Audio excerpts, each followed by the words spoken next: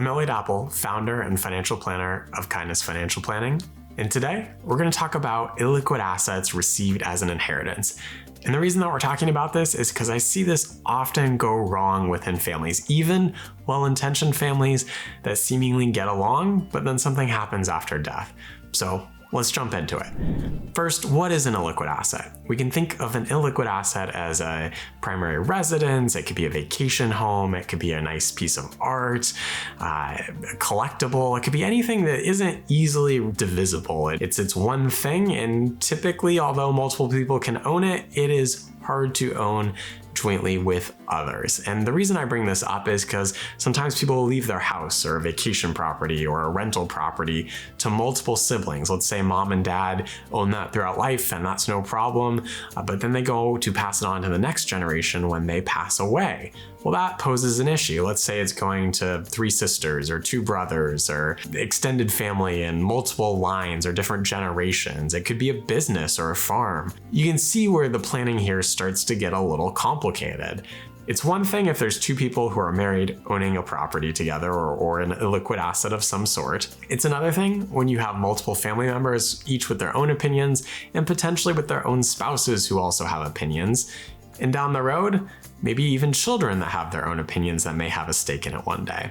So this is why it's really crucial to plan around illiquid assets as much as possible. I usually suggest people don't leave illiquid assets to multiple people because you run into an issue of who's going to manage it, who has the funds to actually contribute to it, who has the time. I mean, let's take a vacation rental property that a family owns, for example. Maybe things go really well for multiple decades, but then the next generation gets it. One person lives a long ways away and one person lives in town. Who's going to use it more? And do they compensate the other for that? Who contributes expenses to it or the time? How do you balance out the money spent on it versus the time that is invested in the property? There's a lot of different issues here. And even for families who get along, who siblings growing up were perfectly fine, when people pass away, sometimes their intentions around the property can vary a lot. So what are some strategies if you have an illiquid asset and you don't want to necessarily leave it to the next generation, or maybe you do? What are some safeguards that you can put in place to help potentially reduce the friction? One, it could be to sell the illiquid asset prior to you passing away. Now, there are maybe some potential tax consequences to that, and it may make sense to leave that until death. Maybe an asset gets a step up in basis, for example, when you pass away, and it can make sense because you have a low cost basis to wait. But some people just want to get rid of it so that way the next generation doesn't have to deal with it. They can just deal with cash proceeds or a brokerage account, which is much more easily divisible by 2 or 3 or 4, how many heirs you have or different beneficiaries for that. The other option is to potentially leave an illiquid asset entirely to one person and true it up with other financial assets or potentially life insurance. This is a situation where life insurance can actually be really helpful. Say you want to leave a vacation rental property worth $2 million to someone, and you don't necessarily have easily divisible brokerage assets or other assets that could divide that in a tax neutral or tax equal way. You could potentially use life insurance. This is a good example where life insurance is a good estate planning instrument because you know a certain amount that you're going to have at the end of life, assuming that it's properly planned for and you purchase the right insurance policy. The other option is to form some sort of partnership or legal agreement, some sort of legal structure working with an attorney to outline the responsibilities, who's paying what, under what circumstances can you sell, how is this going to work long term. Without some sort of legal structure, it sort of throws everything up in the air and nobody really knows what's going on and they have to define this themselves. Whereas if you have a legal agreement, that can spell out the rights and the responsibilities of all the parties. It's not without its issues, it can still lead to problems, but I found that this at least helps. And maybe you outline when someone sells and when those proceeds are split among beneficiaries, particularly if there are multiple generations involved. So you could think of someone who are in their 20s, has much different needs and much different resources than someone who's maybe in their 40s or 60s. I've seen multiple generations be involved in businesses and other illiquid assets, and it poses a problem because everybody's coming at life with different resources and different time and a different amount of energy. The other thing I would say that if you are trying to split something and you're trying to true it up with other assets, just consider the tax consequences, right? So if you have a vacation rental property, maybe that will receive a step up in cost basis at death. So if someone did want to sell it immediately, I'm not saying they would in any scenario, but if they did, they may have minimal tax consequences, where if someone's getting an IRA, that's going to be taxable as ordinary income as they take money out. And there are some forced distributions with that. So pay attention to any tax planning within this and maybe what tax rate they'll be in. And it could dictate who's going to receive what asset, or at least influence it.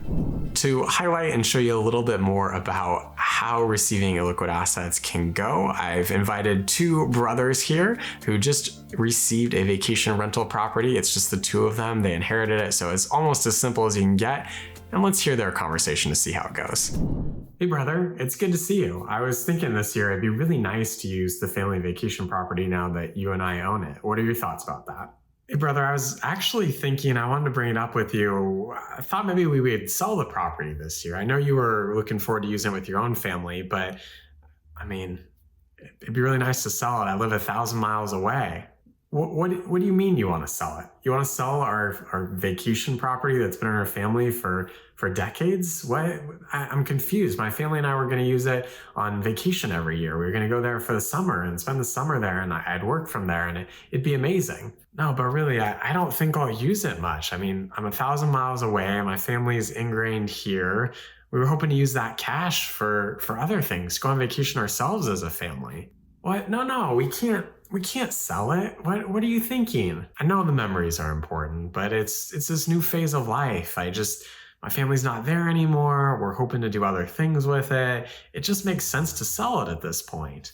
Come on, we should be using this cabin every year. I'm prepared. I have the money for it. My family was really looking forward to it. What about our memories growing up there? What do you think about that? I mean, you can't just sell it. What are you going to use the cash for anyway? I know you want to keep it. I would sell my portion to you. I don't know. Can you afford it? I mean, maybe that's a possibility, maybe not.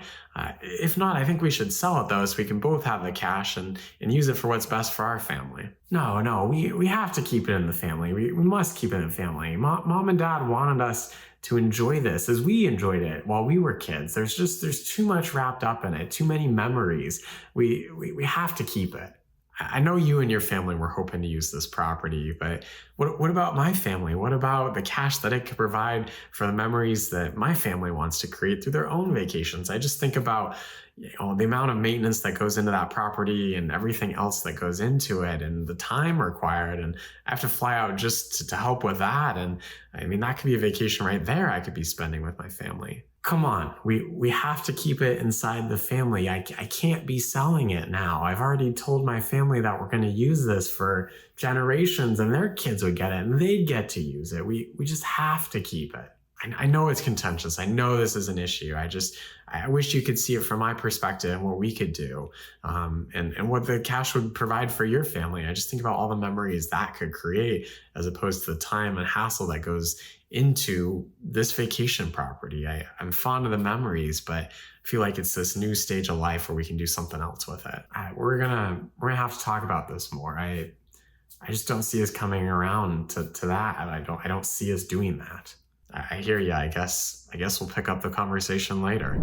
As you can see, receiving an inheritance with illiquid assets poses some potential problems, even in the families that get along super well. So I encourage folks as much as possible to think about the illiquid assets that you're leaving, whether that's a home, a business, a farm, a vacation property, a rental property, whatever it is, a piece of art, some prized collectible.